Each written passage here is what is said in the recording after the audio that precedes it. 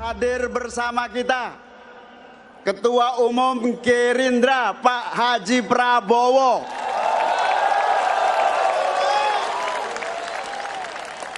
Tepuk tangannya dahsyat penuh rasa cinta. Mohon maaf Mbak Puan, saya sebut pertama karena kita sudah koalisi 11 bulan lamanya.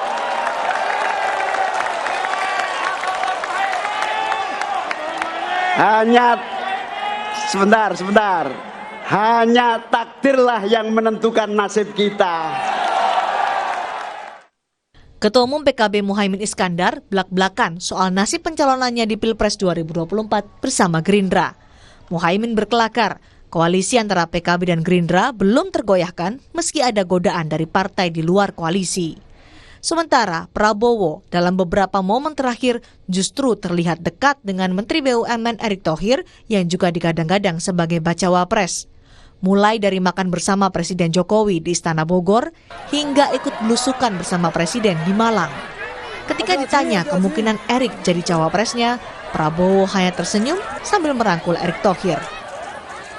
Pak Prabowo, Pak Ganjar sudah ada 5 calon cawapres. Bagaimana untuk Pak Prabowo?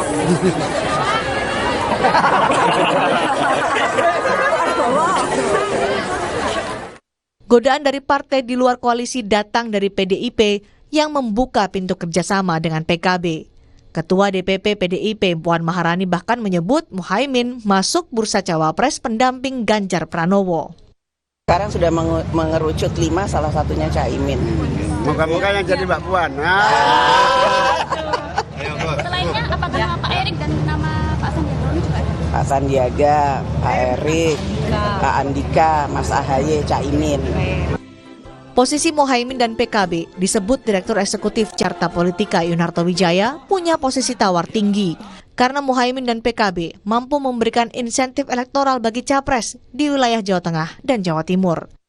Dan menurut saya bargaining dari PKB memang sangat besar ya ketika berbicara baik di hadapan 3 capres ini loh yang terkuat, mau itu Pak Prabowo, mau itu Mas Ganjar ataupun Mas Anies. Buat Pak Prabowo, 2 kekalahan dalam pemilu kemarin itu adalah salah hitung di Jawa Timur, kira-kira seperti itu. Untuk Mas Ganjar juga sama. Kalau ingin memenangkan Jawa, ketika bergabung dengan PKB, Jawa Tengah, Jawa Timur itu akan bisa dimenangkan dengan sangat besar. Saat pertarungan menuju kontestasi semakin ketat, faktor cawapres punya peran penting.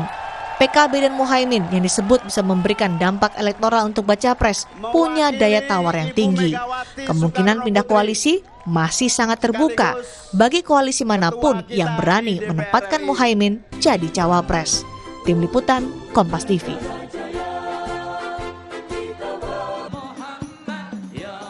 Komposisi koalisi diprediksi masih bisa berubah.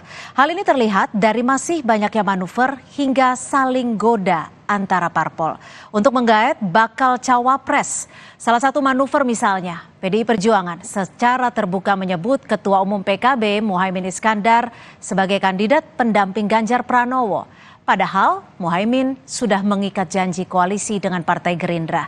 Untuk mengulas soal faktor penentu kelanjutan koalisi Pilpres sudah bergabung di Kompas Petang Direktur Eksekutif Indikator Politik Indonesia Mas Burhanuddin Muhtadi dan juga Sekjen PDI Perjuangan Pak Hasto Kristianto serta juru bicara tim pemenangan Prabowo Subianto Bang Andre Rosiade. Selamat sore, terima kasih sudah bergabung bersama kami di Kompas Petang.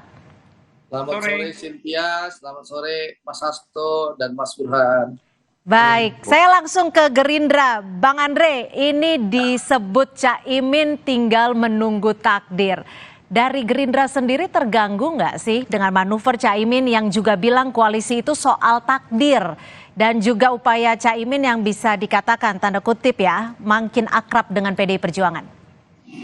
Tentu kita tidak terganggu ya, karena memang komunikasi kita sangat baik dan koalisi kami sangat solid. Dan sampai saat ini memang calon kandidat terkuat cawapres Pak Prabowo adalah Gus Muhaimin. Karena memang Gus Muhaimin pemegang golden ticket cawapres Pak Prabowo. Karena apa?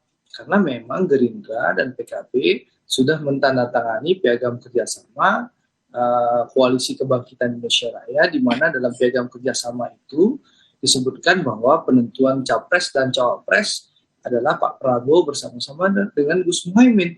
Jadi memang jelas bahwa saya ingin tegaskan sekali lagi, kandidat terkuat cawapres Pak Prabowo sampai hari ini kita dialog adalah Gus Muhaimin.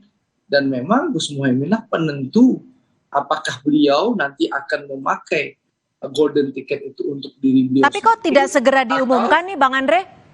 Atau beliau akan menyerahkan kepada orang lain sehingga beliau sebagai pemegang kunci Inggris. Nah, lalu kapan akan diumumkan? Itu pertanyaan Cynthia kan. Nah, tentu kami menyerahkan sepenuhnya kepada Pak Prabowo dan Gus Muhaimin. Tentu di waktu yang tepat, momentum yang pas, nanti Pak Prabowo akan bersama-sama Gus Muhaimin akan mengumumkan. Tapi tentu sambil menunggu ini kami Gerindra dan PKB sepakat untuk menambah rekan koalisi. Ya, kan kalau di tempat Mas Hasto kan sudah semakin banyak yang bergabung. Tentu kami dalam tanda kutip tidak ingin kalah juga sama Mas Hasto senior saya ini kan. Kita ingin ada gabungan partai-partai lain selain Gerindra dan PKB. Dan alhamdulillah sudah ada beberapa partai yang akan segera deklarasi mulai dari akhir Juli nanti, lalu nanti ada yang di Agustus berapa. Harapan kami tentu di luar Gerindra dan PKB akan ada 5 partai lagi yang insya Allah mendeklarasikan diri mendukung pencalonan Pak Prabowo sebagai capres 2024. Baik, saya akan ke Pak Hasto. Pak Hasto, ini goda-goda politik, apakah bisa dikatakan memang ada upaya untuk menggoyang koalisi, mengulur-ngulur waktu, sehingga memang ada target untuk 1 putaran? Ya kalau kita lihat tadi tayangan antara Mbak Puan dan juga Gus Muhaimin Iskandar itu kan menunjukkan bahwa PD Perjuangan yang pertama kita hormati etika politik atas kerjasama yang sebelumnya sudah dibangun 11 bulan antara Gerindra dan PKB. Yang kedua, komunikasi tetap berjalan dengan baik, apalagi Caimin ini kan merupakan sosok politisi senior oleh almarhum Gus Dur. Beliau dulu dititipkan ke Ibu Megawati Soekarno Putri, sehingga secara historis, emotional bonding memang sangat dekat dengan PDI Perjuangan. Dan inilah indahnya kontestasi 2024 yang akan datang. Kalau dari Gerindra ingin menang, PDI Perjuangan juga ingin menang, sehingga kita tidak main di dalam kondisi akhir dalam menetapkan pasangan calon, tetapi komunikasi politik dibangun dalam rangka untuk mencari siapa yang akan mendampingi Pak Ganjar Pranowo. Demikian pula Pak Prabowo juga sedang mempertimbangkan siapa yang akan mendampingi beliau. Dengan demikian 2024 akan berbeda dengan 2014 dan 2019. Di dalam menyampaikan gagasan bagi kemajuan Indonesia Raya kita, di dalam menampilkan pemimpin yang berkarakter, strategi kampanye yang betul-betul membangun suasana politik yang mencerahkan, itu yang akan dilakukan dan menjadi tren di dalam penyampaian narasi ke depan. Dengan demikian, apa yang disampaikan oleh Mbak Puan kepada Caimin itu merupakan bagian dari hubungan persahabatan. Apalagi kalau kita melihat sampai saat ini memang masih relatif cair ditinjau dari proses untuk menetapkan siapa yang akan menjadi calon wakil presiden. Maaf saya potong Pak Hasto, tapi seberapa serius sih pembicaraan dengan PKB, apalagi nama Caimin ini kan masuk sebagai 5 besar bacawa presnya Pak Ganjar? Ya kalau perbincangan sangat serius, dilakukan sangat serius. Multi approach, tetapi lagi-lagi sikap PDI kan menghormati proses kerjasama yang sebelumnya sudah dilakukan. Manakala kerjasama itu tidak dilakukan, dan ini kita tunggu sinyalnya dari Bung Andre, ya kita siap kerjasama, karena PD Perjuangan suatu partai yang mengedepankan spirit gotong royong. Meskipun kami bisa maju sendiri, tetapi karena tanggung jawab bagi masa depan, tanggung jawab terhadap sejarah, kami ingin membangun suatu kerjasama yang lebih luas. Karena dari pengalaman pertama pemerintahan Presiden Jokowi dan Pak JK saat itu, dukungan 50% persatu bagi capres dan cawapres tidak cukup kuat tanpa mendapatkan dukungan dari parlemen. Sehingga kerjasama ini dilakukan melalui double track yang saat ini terus kami lakukan komunikasinya secara intens. Oke, baik. Saya akan ke Mas Burhan. Mas Burhan, kalau Anda melihatnya sendiri, komposisi koalisi ini kan masih cair, sekedar cair, atau akan bubar nih?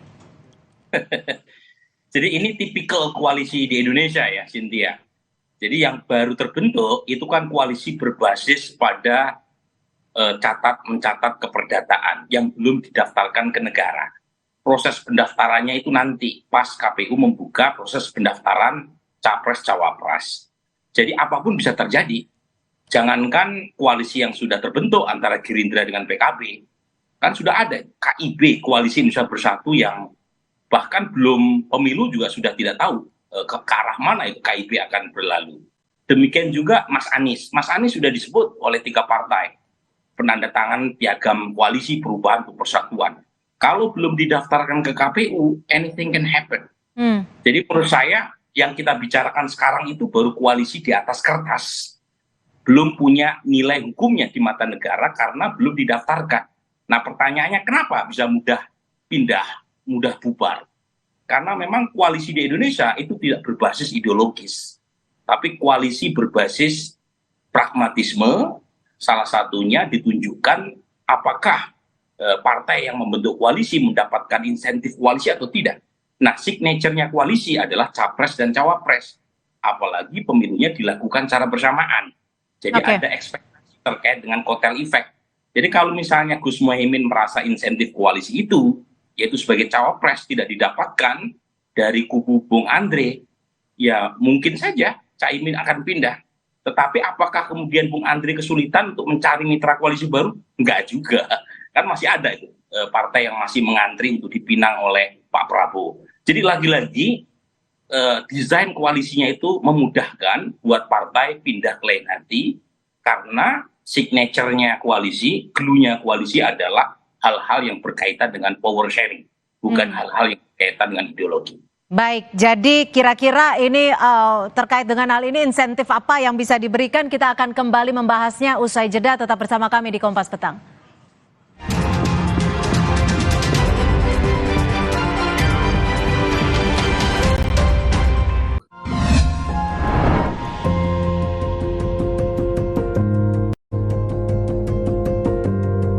Kompas TV, Rumah Pemilu.